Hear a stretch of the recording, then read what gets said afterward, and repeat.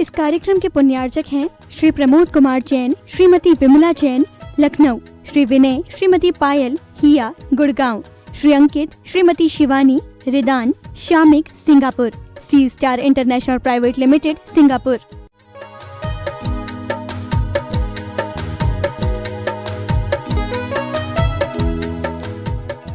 अहिंसा परमो धर्म की।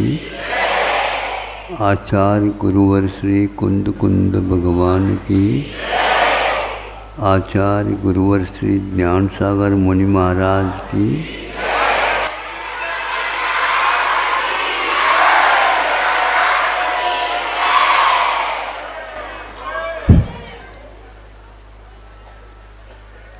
आपने सुना होगा श्रवण बेलगोला में मनोज्ञ प्रतिमा कामदेव की, जो आदिम कामदेव माने जाते हैं, उनकी प्रतिमा बनी थी और उसके अभिषेक का वहाँ पर बहुत सारी जनता एकत्रित हुई थी। एक से एक बढ़ कर के सेठ साहूकार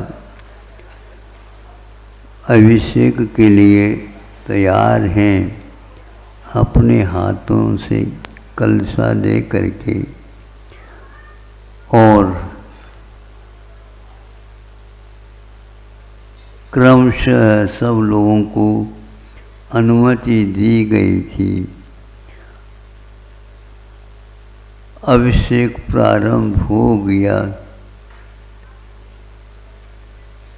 बड़े बड़े घड़ों से, वहाँ छोटे छोटे कलशों से तो नहीं, किंतु बड़े बड़े घड़ों से होता, धारा होती थी।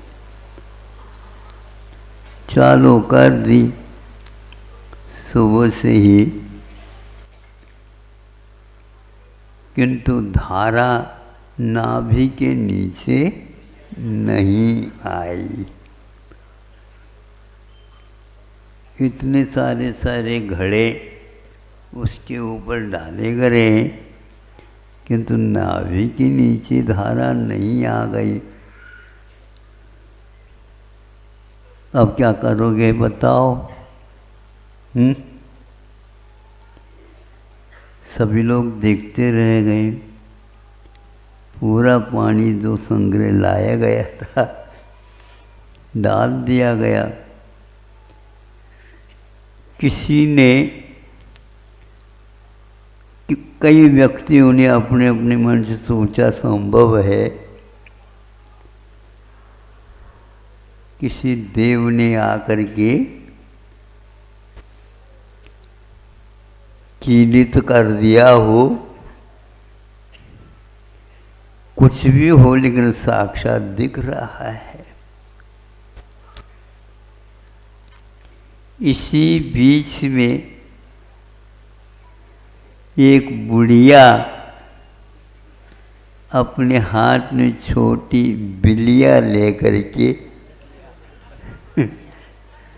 आई। बिल्लियाँ बिल्ले बोलते हैं ना, बिल्ले लोटियाँ तो बोलते ही, उधर भी बोलते होंगे। अब यहाँ ये लोग अभी बुंदेलखंड से परिचित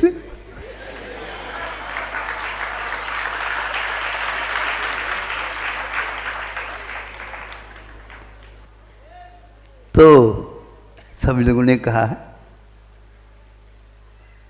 बुढ़िया को, दादी दादी यहाँ पर तो देखो कितने घड़े हो गए खाली, पूर्ण अभिषेक नहीं हो पा रहा है, और तुम्हारी बिल्लिया, सुन लो अब। तो ऐसी स्थिति में सभी लोगों ने ये इससे क्या होगा, इससे क्या होगा, भैया हमारी भावना भी तो पहुंचाओ। तो एक को करुणा आई, उन्होंने कहा हाँ ठीक है दादी ठहरो, ले ली और उसको ऊपर पहुंचा दी। अब वह दादी देख रही है कि हमारा क्रम कब आता। जब क्रम आया है और उसके अभिषेक की धारा छोड़ दी, तो ऊपर सिर से वह नीचे की ओर आकर के नाभि को भी पार कर गई।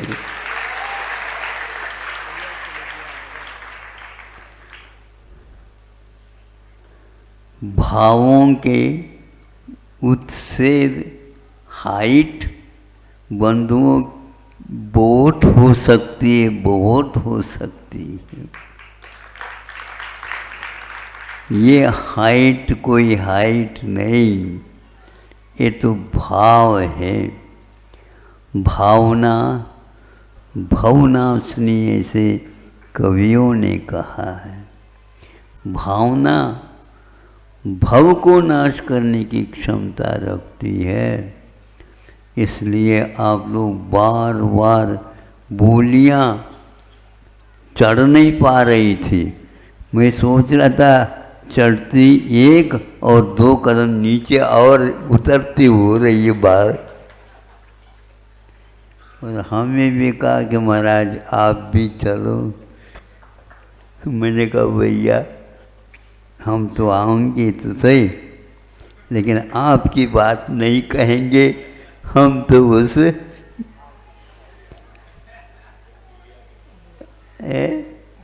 दादी की उसी की बात आप लोगों को याद दिलाने के लिए मन कर गया, तो हमने तो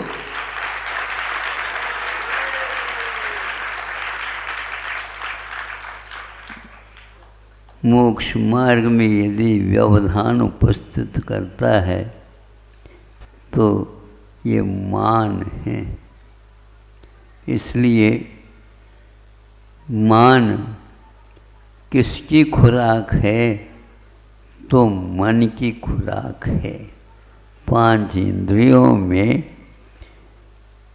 सबकी भिन्न भिन्न विषय है, किंतु मन का विषय मान है।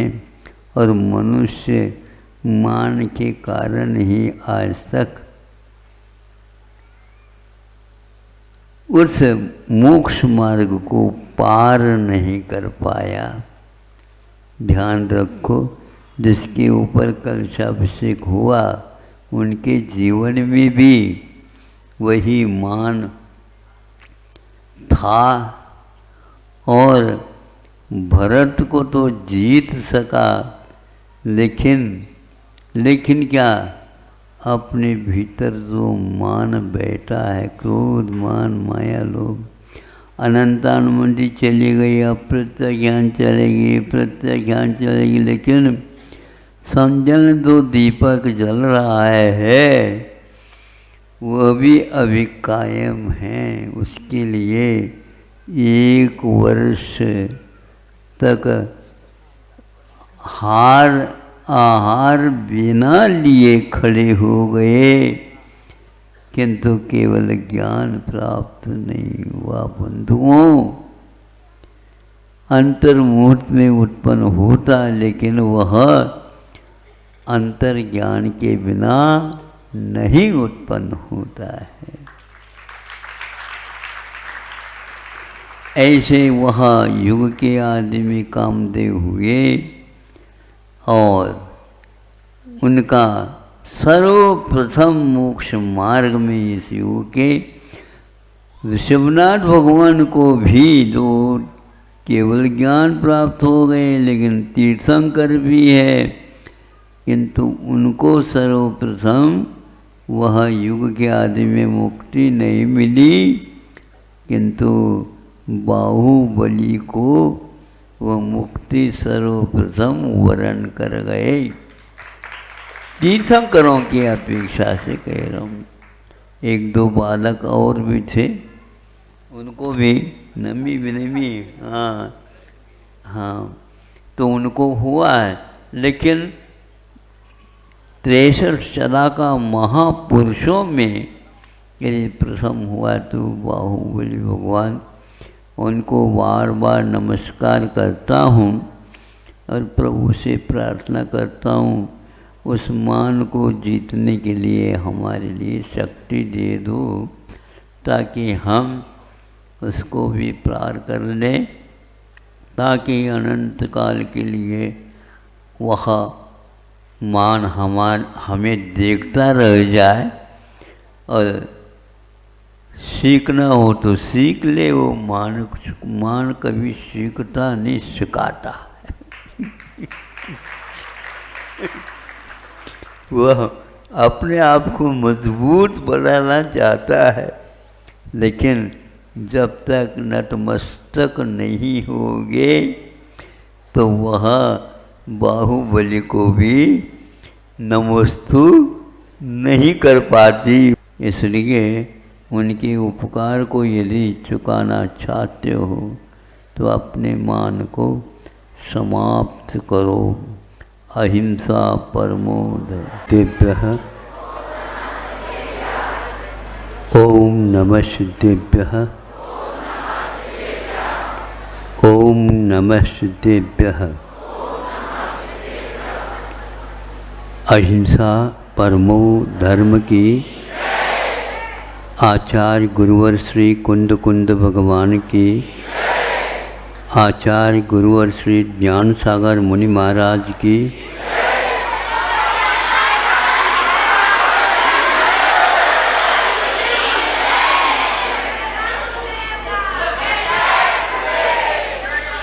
आप लोग वैसे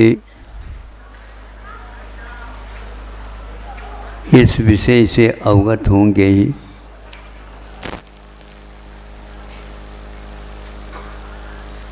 कोई भी पदार्थ जो हमें दिखने में आ रहा है उसके मर्म यानी प्रकृति को हम नहीं जानते हैं, तो उससे प्रभावित नहीं होते। और जिससे हम प्रभावित नहीं होते वो बार बार मिलने के उपरांत भी हमारे लिए वह सामान्य रह जाता है। और जिससे उससे हम प्रभावित हो जाते हैं, जिसकी प्रकृति, जिसका स्वभाव, जिसके गुण धर्म देखने को मिल जाते हैं, और तब तक वह भी सामान्य बना रहता है। एक बार देखने के उपरांत प्रभाव पड़ गए ठीक, किंतु दोबारा जब देखते हैं उस समय वह हमें प्रभावित नहीं करता, सामान्य हो जाता है। इसका कारण यही है कि हम उसके साथ जुड़ते नहीं। स्वाद की अपेक्षा से, स्पर्श की अपेक्षा से और गुणधर्मों की अपेक्षा से, उन पर्यायों से हम प्रभावित होते हैं। यह सामान्य कथन हुआ है, किंतु जब हम उसके भीतरी प्रकृति से, जो हमसे हमेशा हमेशा अज्ञात रहा है, उससे तब प्रभावित होते हैं जब हमारा संवेदन का वह विषय बन जाता है। सामान्य रूप से आपका मित्र आया और दोनों बहुत दिनों के बाद मिले और मुस्कान के साथ एक दूसरे का स्वागत कर लिया। दोबारा एक ने कुछ हास्य का पुट बढ़ाया, उस समय सामने वाला व्यक्ति पहले की हंसी की अपेक्षा से इस हंसी में कोई न कोई अवश्य अंतर है। क्या बात हो गई, आप तो हंस रहे हो, किंतु वह स्वयं हंसता नहीं। भाव में अंतर है, इसलिए ऐसा अंतर पड़ गया। वह सामान्य था, हंसी है लेकिन विशेष हो गया। आप तो हमारी आलोचना कर रहे हो, ऐसा लग रहा है। वह कहता आपको लग रहा है, कहाँ लग रहा है? यहाँ लग रहा है कि यहाँ लग रहा है कि यहाँ लग रहा है, कहाँ लग रहा है? हमें तो लग रहा है कि आप हर बार हंस रहे हो। अब उपहास मत करो, शब्दों में आप थोड़े से डूब जाइए। आप डूब रहे हैं शब्दों में, किंतु शब्द तो शब्द था। विज्ञान इसको जानता है, यह मैटर है, मटेरियल है, ठोस है। ज्ञेय भले ही होगा, किंतु इसके पास ज्ञान नहीं है। और हम उस जिसके पास ज्ञेयत्व है लेकिन ज्ञान नहीं है, उससे भी प्रभावित क्यों होते हैं? तो ये बाहरी वस्तु है, भीतरी नहीं है। भीतरी तब प्रभावित होता है या तो ज्ञान से या तो अज्ञान से। ज्ञानी का आज बोलबाला तो है क्योंकि वैज्ञानिक युग है, लेकिन उसके ऊपर कई लोग हंस भी रहे हैं। इतना परिश्रम करने के उपरांत भी यह ज्ञेय से प्रभावित हो रहा है, लेकिन विज्ञान से प्रभावित नहीं हो रहा है। और महावीर और उनकी परंपरा और जो बड़े बड़े आचार्य ज्ञेय से प्रभावित न हो करके विश्व को ज्ञाता बनने का एक पाठ दे रहे हैं। हम प्रभावित हों पक्की बात, लेकिन असली वस्तु से, असली प्रकृति से प्रभावित होना चाहिए। देखा देखा यह एक प्रकार से पागल भी उसका अनुकरण नहीं करता। पागल देखो कभी किसी के पीछे नहीं होता, किंतु पागल के पीछे होने वाले सब पागल हो जाते हैं।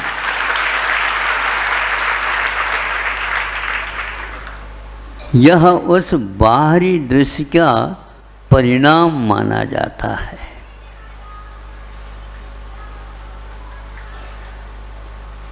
सूर्य है उगा और बादल नहीं होने के कारण उसकी किरणें धरती को तपाने लग जाती हैं।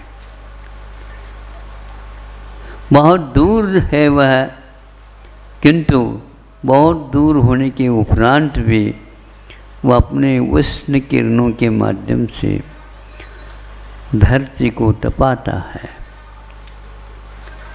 कुछ और वस्तुएं रहती हैं, उस तपन के साथ वह जलने लग जाती, किंतु हम सामान्य सूर्य के साथ नहीं, उसके साथ कुछ और प्रकृति रखते हैं, तो वह कुछ ही क्षणों में धुआं भी उठने लग जाता है उसके भीतर से। सूर्य के प्रकाश को हमने भी देखा, आप लोगों ने भी देखा, और इसके बाद उसके परिणाम जो निकला वह एक प्रकार से धुआं निकालने लगा। वहीं पर एक रत्न के टुकड़ा रखा गया और वह उसके ऊपर किरण पड़ गए तो उसमें से आग निकलने लगा। आप समझो, आग तो बिल्कुल उष्णता से पूर्ण है और उनमें से यूं स्फुलिंगे उसके निकलने लगे। यह सूर्य का प्रताप है, उस धरती का प्रताप है, अथवा और इसे ग्रीष्म का काल का परिणाम है? क्या है? यह उस मणि के अंतर्गत होने वाली प्रकृति का प्रताप है। लेकिन प्रत्येक मणि में से आग नहीं निकल सकती। वहीं पर एक चंद्रकांत मणि रखा। यह सूर्यकांत मणि था, यह चंद्रकांत मणि है। यह दोनों मणियाँ हैं और दोनों की प्रकृति भिन्न है। अब देख लीजिए, चंद्रमा जब उत्पन्न होता है या उदय को प्राप्त होता है, उस समय उसकी उद्योत किरणें जो आपके आँखों में कभी पीड़ा नहीं देती, और वह पड़ गई, उसमें से जल के धारा बहने लगी। ये क्या है? उसकी प्रकृति है। चंद्रमा के योग में वह पानी उसमें से उत्पन्न होता, लेकिन ये उस मणि में आप यूं करके देख लो, पानी नहीं निकलेगा। उसमें उस अमृत, उस चांदनी का योग मिलना अनिवार्य है। यह एक आपके सामने भूमिका रखी है। सत्वेषु मैत्रीं गुणेषु प्रमोदं क्लिष्टेषु जीवेषु कृपापरत्वं माध्यस्थ भावं विपरीत वृत्तौ सदा ममात्मा विदधातु देव। हे भगवान, यह भिन्न भिन्न प्रसंग में यह हमारे भाव इसी स्वरूप में हो, हम प्रभावित ना हो, किंतु प्रभावित हुए बिना रह भी नहीं सकते। करुणावान व्यक्ति यदि है, दुखद घटना किसी के सुनने में आ गई, उसकी आँखों में उसको देखा नहीं, पानी आ जाता है। क्या वहाँ पर पानी मिलता है? वैज्ञानिक से पूछ लो, इसमें पानी मिल जाएगा? तो कुदाली से खोदना प्रारंभ कर दो, पानी आएगा? क्यों नहीं आएगा? यह जो पानी आता सात्विक जल है, यह दुख की वेला में ही आता है, और वह भी दुख की वेला किसकी? ये गरीब प्राणी है, उसको देख करके उसके ऊपर कोई आपत्ति आ गई, ये दूर हो, ये तो बाद की बात है। मैं दूर कैसे करूं? यह भी समय लेगा, किंतु उस समय उसके आँखों में से पानी आ जाता। पूरे पूरे शरीर में, बदन में रोमकूप है, उसमें से पानी आ जाता है, तो ये पसीना है। नहीं समझे? ये पसीना है। वहीं पर आँखों के पलकों पर भी आया है, वह पसीना नहीं है, उसके सीने में कुछ हो रहा है, उसका परिणाम है ये, जिसका हृदय द्रवीभूत हो जाता है। इसका दुख दूर हो, क्योंकि एक अहिंसक प्राणी है।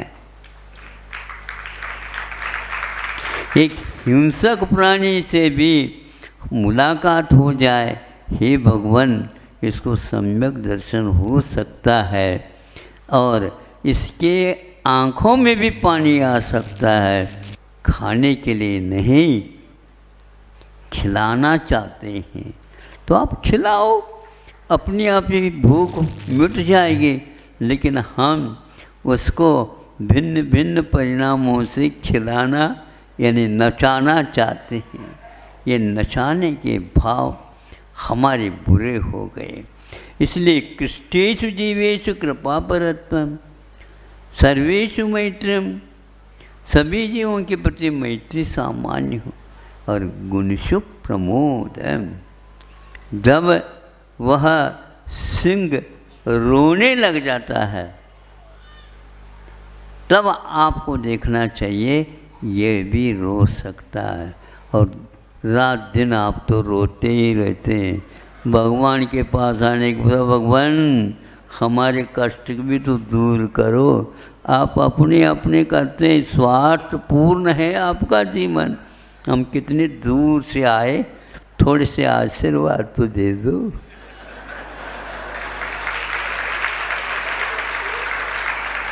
भगवान ने यहाँ तो स्थापित भगवान है, साक्षात भगवान आपके लिए कितनी बार मिले पता नहीं। और साक्षात उपदेश उनका सुन करके वह महान आशीर्वाद था, उसका आपने कोई प्रयोग नहीं किया, क्योंकि उसकी प्रकृति क्या है, आप उससे वंचित हैं। इसलिए प्रकृति की गोद में रह करके भी प्रकृति से विपरीत काम नहीं करो। यही एक प्रकार से गुरु ने, जिनवानी ने और प्रभु ने, सब ने अपने अपने समय पर काम किए हैं, करते रहेंगे। यह मोह मार्ग और मोक्ष मार्ग अनादि अनिधन है। व्यक्ति के लिए मोह का अभाव हो सकता है विशेष साधना के बल पर। जो पंक्ति अभी बोली उसमें आप ध्यान दीजिए, भिन्न भिन्न शब्दों के भिन्न भिन्न उसमें प्रकृति और अर्थ गूढ़ में बैठा हुआ है। और अंत में उन्होंने कहा माध्यस्थ भावों विपरीत वृत्तो।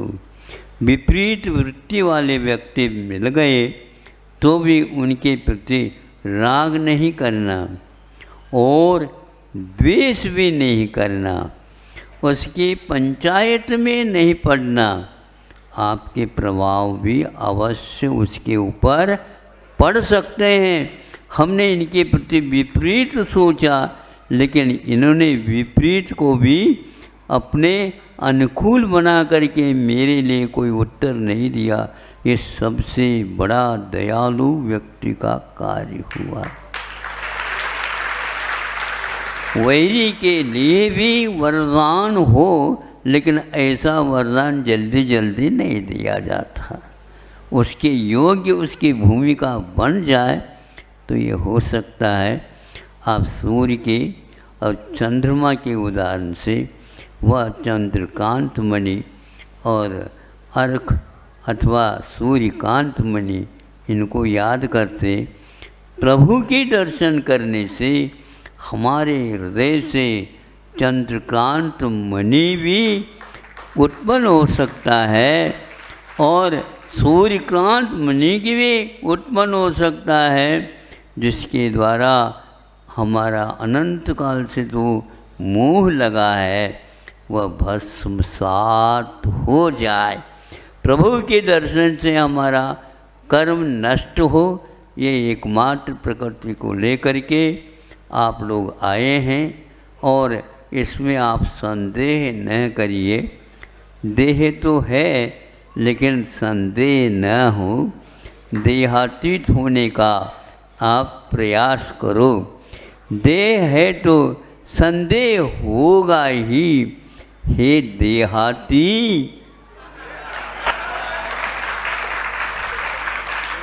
देहातीत हो जा। देहाती का अर्थ क्या होता है? जब गांव में रहने वाला होगा तो गंवार तो नहीं है वो। ध्यान रखो, गांव में रहता है तो वह गांव में रहता है तो नाव में है। ध्यान रखो, अहिंसा परमो धर्म की। ओम नमः सिद्धेभ्यः। ओम नमः सिद्धेभ्यः। ओम नमः सिद्धेभ्यः। अहिंसा परमो धर्म की। आचार्य गुरुवर श्री कुंद कुंद भगवान की। आचार्य गुरुवर श्री ज्ञान सागर मुनि महाराज की।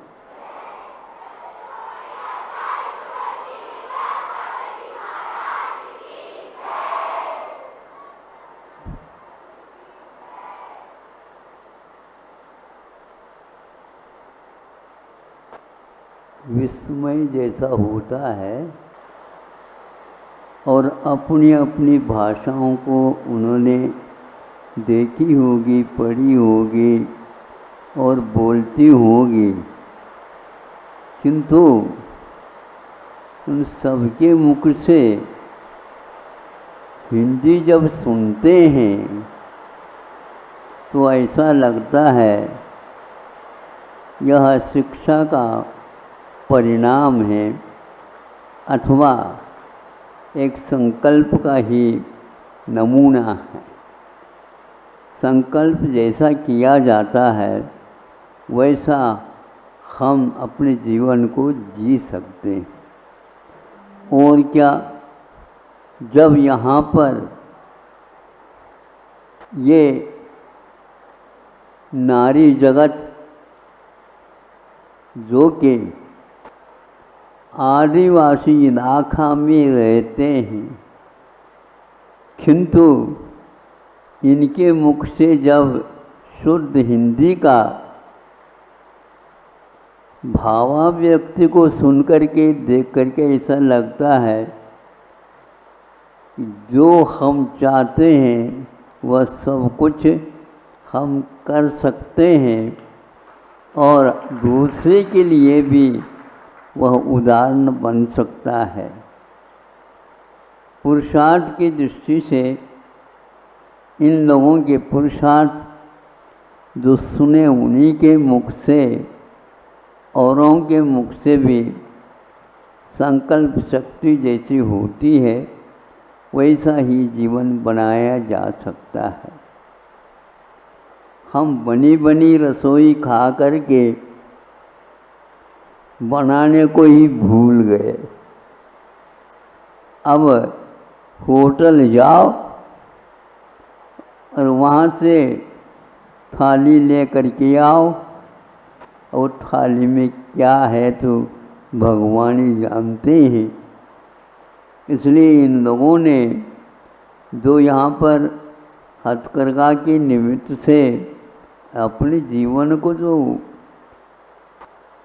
साहस करके व्रतों को, नियमों को पालन करने का संकल्प लिया, इसको देख करके ऐसा लगता है आप लोगों को बिना सोचे ही ये सब कार्य करना चाहिए, बिना पूछे ही करना चाहिए।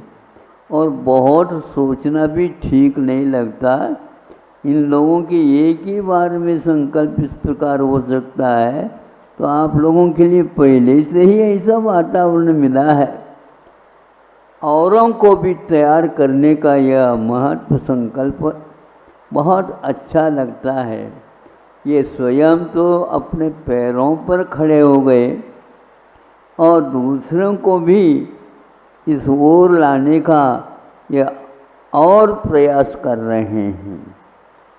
हम तो ये समझते हैं सात्विक जीवन को जिन्होंने संकल्प पूर्वक अपनाया है वह ये आदिवासी नहीं किंतु आदिनाथ भगवान के ये परंपरा वाले हैं। दक्षिण में कर्नाटक भाषा भी है, लेकिन उससे भी दक्षिण की ओर चले जाते हैं तो वहाँ पर भी भाषा, केरल की भाषा, मलयालम भाषा आदि आदि होती हैं।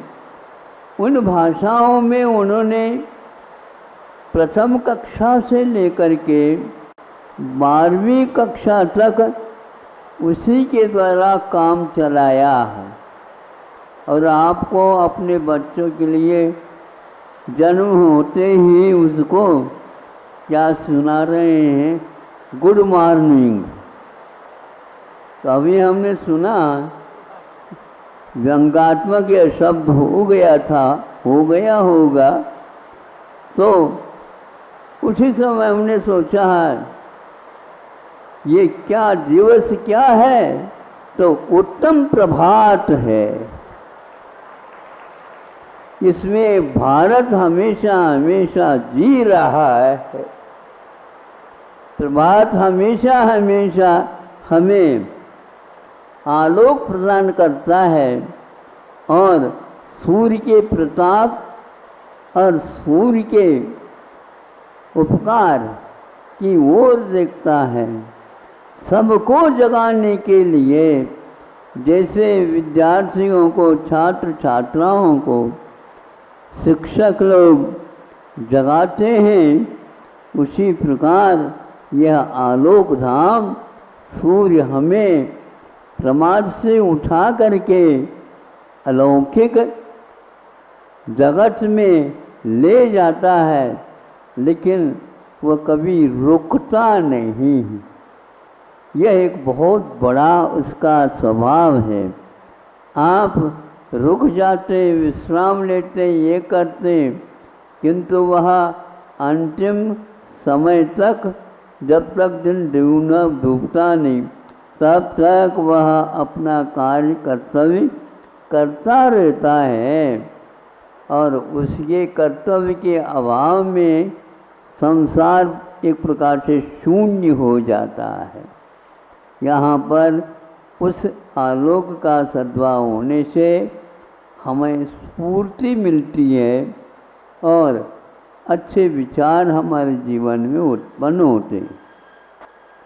फिर बाद में एक बहुत अच्छी बात है, वे कहने के लिए मुसलमान थे, लेकिन उन्होंने अपने जीवन में मांस का सेवन कभी भी नहीं किया। उनका नाम अब्दुल कलाम। हाँ, और वे विश्व में अपने नाम कमाए बहुत वरिष्ठ वैज्ञानिकों में एक वो भी थे। उन्होंने अपने जीवन में एक दो दिन ऐसे भी हुए हैं तो वो और कोई उनको भोजन नहीं मिला, तो केवल सेव फल और टमाटर के माध्यम से अंथों जो शाम का भोजन उन्होंने पूर्ण किया। पूछा गया कि क्यों ये सब चीज़ें मिलते हैं, ये चीज़ें मिलते तो हैं, लेकिन ईश्वर ने हमें, यह तो प्रकृति है, इस प्रकृति में आरोग्य के केंद्र है ये, और इनमें से जो हम छांट करके लेंगे भोजन, वहाँ अमृत तुल्य है, उसी का सेवन करता था। और एक बात बहुत अच्छी कही, जब वो राष्ट्रपति घोषित हुए उस समय प्रथम उनका उद्बोधन हुआ भारतीय के लिए, तो उन्होंने ये कहा, भारत को अब भूल जाना चाहिए। भारत विकासशील राष्ट्रों में नहीं है, किंतु भारत तो विकसित देशों में आ जाता है। दूसरे के साथ तुलना करने से देश कभी भी विकसित नहीं हो सकता। अपने योग्य जीवन सामग्री को उत्पादन करके जिनको उपलब्ध नहीं हो रहा उनके लिए भी भेजने का उपक्रम करने वाला ये भारत आज भी विकसित है, पहला भी विकसित था और जब तक रहेगा तब तक वह विकसित ही रहेगा। वह कभी भी सो नहीं सकता अथवा आलसी नहीं बन सकता। इसलिए उन्होंने ये कहा, इस देश के लिए यदि आप अपने अपने संतान को जो अपने काम पुरुषार्थ के माध्यम से जगाया है, पाया है, उनको किसमें लगाना, तो उनका ये कहना कि सबसे उत्तम प्रतिभा वाला ही पुत्र को हमेशा हमेशा राष्ट्र की सेवा के लिए प्रदान कर देना चाहिए। उसके बिना उसका जीवन सार्थक नहीं होता। ऐसे बात कर करके फिर इसके उपरांत उनका जीवन के और भी कुछ पहलू थी, उसके बारे में पढ़ा देखा कि वह मुसलमान होकर के भी इस प्रकार के सात्विक क्यों रखा विचार। तो जैसे घर में मिलता है माँ के माध्यम से, पिता के माध्यम से, अड़ोस पड़ोस के माध्यम से, वो उसी प्रकार ढलता चला जाता है। आप लोगों को चाहिए कि भारत को अभी बहुत आगे बढ़ना है, लेकिन आप लोग पीछे हो गए थे या अन्यत्र भटक गए थे। अभी सुनते एक हफ्ते के पूर्व में बहुत बार नहीं, 250 वर्ष से इंडिया के नाम से आप लोग परिचित हो रहे थे। अब वह आंखें खुल गई और सब लोगों ने अपने मुख से उसको क्या कहा, भारत। इससे स्पष्ट है भारत एक प्रकार से आज का नहीं, बहुत दिन प्राचीन काल से आया हुआ देश है। बीच में इस प्रकार के संस्कार के कारण, देशों के कारण वह प्रभावित हुआ और अपने आप को भूल गया। तो वहाँ पर सर्वप्रथम प्रेसिडेंट ऑफ भारत इस प्रकार जो लिखा हुआ सामने मिला तो लगा कि अब जो है भारत इधर उधर नहीं जाएगा, क्योंकि राष्ट्रपति के द्वारा ही यह घोषणा हो गई। इसके बाद सुनते हैं प्रधानमंत्री का भी नाम इसी प्रकार सुनने में आया था। हमने तो सुना आप ही लोगों के मुख से। तो उसके लिए प्राइम मिनिस्टर ऑफ भारत कहा गया। इस प्रकार राष्ट्रपति और प्रधानमंत्री ये दोनों देश के कर्णधार माने जाते हैं, संरक्षक, और आगे के बढ़ने के लिए सभी प्रकार से सोच विचार करते हैं। और ऐसे भारत को कब से देख रहे हैं तो प्राचीन काल से जो साहित्य मिलता है हमें, उसको पढ़ने से ऐसा लगता है भारत कैसा था। अरे उत्तर भारत और दक्षिण भारत, पूर्व का भारत, पश्चिम का भारत और मध्य भारत। मध्य भारत भी है क्या? नहीं है। इस प्रकार भारत किसी एक कोने में नहीं था, किंतु वह भारत पूरे के पूरे व्याप करके बहुत दिन से आया है। महाराज, इस प्रकार यदि भारत को पुनर्जीवित करना है अथवा भूल करके जो दूसरे देश के नाम को इस भारत के लिए रखा गया था, ये भूल थी। किसकी थी? यह अपने असाता का उदय समझ लो, इसलिए ऐसा हुआ है कि आर्यखंड के रूप में यह भारत प्रसिद्ध है। यहाँ पर सात्विक जीव रहने वाले, अन्य किसी देश के बारे में हम नहीं सुनते, किंतु यहाँ पर वे तीर्थंकर, वे भगवान, वे महापुरुष होते आए हैं और होते ही रहेंगे। बीच में भले थोड़े बहुत ऐसा युग भी आ सकता है, उसमें भी यही एकमात्र सिद्धांत चलता है। यहाँ पर बहुतों ने अपने जीवन को समर्पित करके विषय और कषाय से दूर रह करके ऐसे जीवन जिए हैं।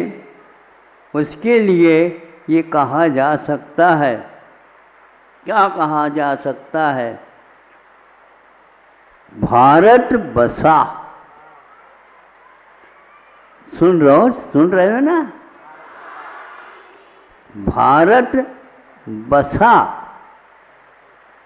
उनसे, किनसे? उनसे जिनका तो घर न बसा।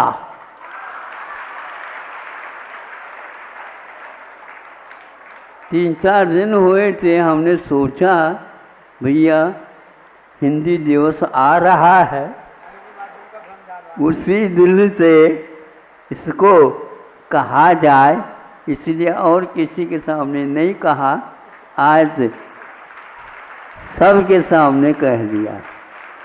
एक बार और, भारत बसा उनसे, किनसे? उनसे जिनका तो घर न बसा। योग से प्रधानमंत्री का जीवन शुरुआत से ही वह अकेले रहे और बहुत कुछ परिश्रम करना पड़ा, और आज वे इस भारत के लिए अपना घर नहीं बसाया, अपना घर नहीं बसाया। हाँ, घर नहीं बसाया, लेकिन भारत को बसाने में उनका पहला नाम लिया कि प्रधानमंत्री। कौन? भारत का। क्योंकि जो 150-250 वर्ष तक लगातार इंडिया इंडिया इंडिया कहा जाता था, अब यहाँ मुख से भी नहीं कहा जाएगा, और हमेशा के लिए भारत कहा जाएगा। उसके लिए उन्होंने बहुत कुछ परिश्रम किए। उनके माँ ने कैसा संस्कार उनके ऊपर दिया होगा, वह अपनी बात नहीं करता, किंतु भारत की बात करता है।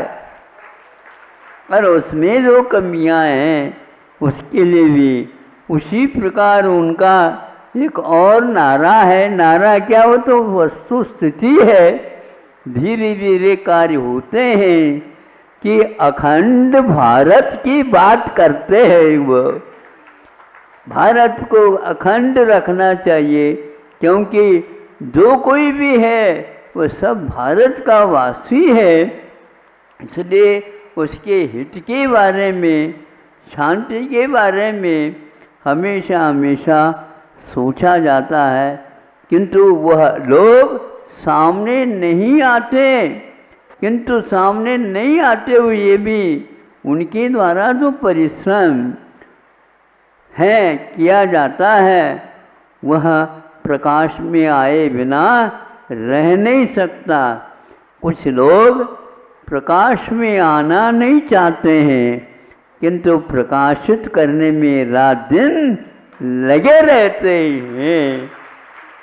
ऐसे व्यक्ति जो कि देश के लिए नहीं, विश्व के लिए एक प्रकार से आदर्श हो जाते हैं। यही कहना था, आप लोगों ने सुना। चूँकि हम कक्षा लगाने वाले थे, किंतु आज मैंने देश दिवस भी आया है और ये लोग जो संकल्प के साथ जो हथकरघा का काम कर रहे हैं, इनकी बात को भी सुनना था, तो हमने सुन लिया और उनकी बात पहले से सुन ली। अब ये ध्यान रखो, भारत को भूलना नहीं चाहिए। जो कलाम साहब ने कहा था, क्या कहा था? उन्होंने कहा था कि भाषा देसी भाषा ही होना चाहिए। उसमें एक और उदाहरण देकर के पूर्ण करता हूँ। ऐसा ही जैसे कलाम साहब है, वह भी एक व्यक्ति जिन्होंने परिश्रम करके वैज्ञानिक दशा को प्राप्त कर ली। जो वैज्ञानिक होता है वह अध्ययन नहीं करता, किंतु शोध प्रबंध भी करता है और पुरानी चीज़ नहीं, भूली हुई चीज़ अथवा छुपी हुई चीज़ को भी बाहर लाने का प्रयास करता। उन्होंने अध्ययन करना प्रारंभ कर दिया। आदि से लेकर के अंत तक जो पढ़ने योग्य थे, पाठ्यक्रम में रखे गए थे, उनको बारीकी के साथ पढ़ा, लिखा, दूसरे को पढ़ाया, सब कुछ किया और अंत में उनको जो एक प्रकार से भूगोल नहीं, किंतु वह भी आसमान में होने वाली चीज़ें हैं, उनके बारे में भी उन्होंने गहराई के साथ ज्ञान प्राप्त कर लिया और अंत में प्रसिद्ध वैज्ञानिक हुआ। उनके मुख से वो ये वाक्य निकला है, जो ही इसको पढ़ने में आया मुझे, वाह, ऐसा भी होता है। मुझे वैज्ञानिक बनाया गया अथवा मैं बन गया, यह अलग वस्तु है, किंतु मैं आज आपके सामने ये बात रखना चाहता हूँ कि मैं सब कुछ पढ़ते हुए भी इंग्लिश नहीं जानता और आप इंग्लिश पढ़ने के पीछे लगे हैं, विदेश जाना चाहते हैं। नहीं इंग्लिश आती है आपको शुद्ध और न ही हिंदी आती है शुद्ध, इसलिए आप लोगों से बचना मैं चाहूँगा। अपने बच्चों को आप सिखा रहे हो, क्या अपने पास कोई भाषा नहीं है क्या? तो यदि भाषा है तो उनको भी इंग्लिश की ओर जाना चाहिए था कलाम साहब को। नहीं, मैंने ये हिंदी भाषा या राष्ट्रभाषा को पढ़ भी लिया, लिख भी लिया, सब कुछ किया, किंतु उस समय जब मैं पढ़ा उस समय लगा कि नहीं, इसकी भी कोई आवश्यकता नहीं, आग्रह नहीं था उनका भी, किंतु इस प्रकार चल पड़ा। तो आज भी ऐसे वैज्ञानिक हो सकते होते हैं जो बिना इंग्लिश के भी है। ये कैसा हुआ मैं बताओ? इसलिए हुआ कि भाव महत्वपूर्ण होते हैं, भाषा महत्वपूर्ण नहीं है। माँ के मुख से भाषा निकलती क्या संकेत निकलता? बताओ। हाँ, तो संकेत निकलता। इसलिए अतिमात्रा में पथ्य भी कुपथ्य होता। क्या हुआ? अति मात्रा में पथ्य भी कुपथ्य होता। इसलिए मात्रा माँ सी हो। मात्रा जो है माँ के समान होना चाहिए। बच्चे के आग्रह को वह कभी पढ़ती नहीं और सुनती नहीं। जो उसे खिलाना है और जितनी मात्रा में खिलाना है उतनी ही खिलाती है, और जब खिलाना वो तभी खिलाती है कितनी भी रोता रहे। कहता है क्या नहीं? बच्चा अपने रो करके माँ को जगाना चाहता, और माँ और क्या करती है? मुख पर पल्ला लेकर के सोने का बहाना कर देती है। ऐसे बच्चे को वह नहीं सुनाती, नहीं खिलाती, क्योंकि वह नाटक कर रहा है। इस नाटक को केवल माँ ही समझती है और किसी वश की बात नहीं है। पिताजी को तो दूर ही रहना चाहिए। ऐसे संस्कारों के कारण ही यहाँ पर भारत बसा हुआ है, और यहाँ आज सभी विश्व के सभी देश भारत की ओर निगाह से देख रहे हैं। कैसे निगाह से? हम भी इन्हीं के मित्र बन जाएं। लेकिन ये ध्यान रखो, भारत अपनी दृष्टि से उस ओर बढ़ रहा है और बढ़ना चाहता है, और साथ जो होना चाहता है उसको भी साथ ले कर के बढ़। कई विभूतियाँ यहाँ पर हुई हैं। उन्होंने अपने इस जीवन को समर्पित करके आप लोगों को पुनः भारत की ओर लाने का प्रयास कर रहे हैं। आज भी कर रहे हैं, आगे भी करते रहेंगे, लेकिन उनकी मात्रा बहुत कम है। तो आप लोगों को बढ़ाना चाहिए। अपने बच्चों के ऊपर ऐसे संस्कार संस्कार डाल देना चाहिए जिसके द्वारा आगामी काल में आने वाली युग को भी भारतीय संस्कार के परिचय हो सके। इसलिए यह एक दिवस नहीं, किंतु जीवन के शेष जितने भी जीवन हैं उन सब को भारत के लिए इसलिए दे देना चाहिए क्योंकि भारत में ही तीर्थंकरों का, बड़े महापुरुषों का और आगे जन्म होने वाला है, और हम इसी की प्रतीक्षा में हैं। जल्दी जल्दी उनका दर्शन हमें उपलब्ध हो। अहिंसा परमो धर्म की जय। इस कार्यक्रम के पुण्यार्जक थे Shri Pramod Kumar Jain, Shrimati Vimla Jain, Lucknow, Shri Vinay, Shrimati Payal, Hiya, Gurgaon, Shri Ankit, Shrimati Shivani, Ridaan, Shyamik, Singapore, sea star international private limited, Singapore.